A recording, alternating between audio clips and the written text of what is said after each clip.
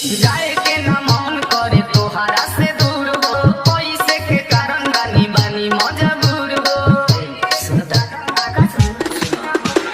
जाए के ना मन करे तोहरा से दूर हो, पैसे के कारण बानी बानी मजबूर हो। नहीं जे कमाई तो कहाँ से खियाई, घर पिया के तोहे हरदम। हेले जागो कदी चंदन ए राजा जातारा हेले जागो कदी चंदन ए पिया जातारा।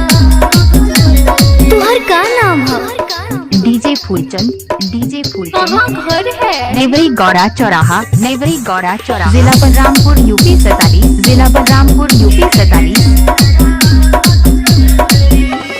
चल जाइबो बहारा तो कति कैसे रतिया, याद आई कोई तोहर मीठी मीठी बतिया।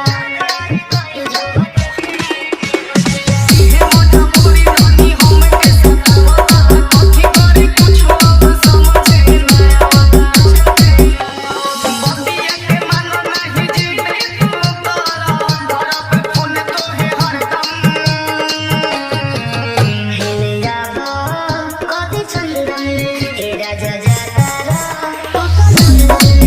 हेले जागो कदी चंदन ए पिया जातारा।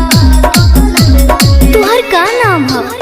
डीजे फूलचंद कहाँ घर है? नेवरी गौड़ा चौराहा, नेवरी गौड़ा चौराहा, जिला बलरामपुर यूपी 47, जिला बलरामपुर यूपी 47।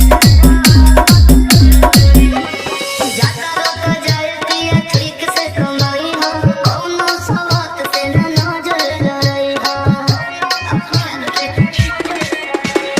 जानी का पाए धोती खात बानी किरिया, जात बानी हम तोहरा में करके भिरिया। तोहरा लाया रुझ जाए वैसे से कही के, भेजब मोबाइल हम सैमसंग। हेले जागो कदी चंदन ए राजा जातारा हेले जागो कदी चंदन ए पिया जातारा।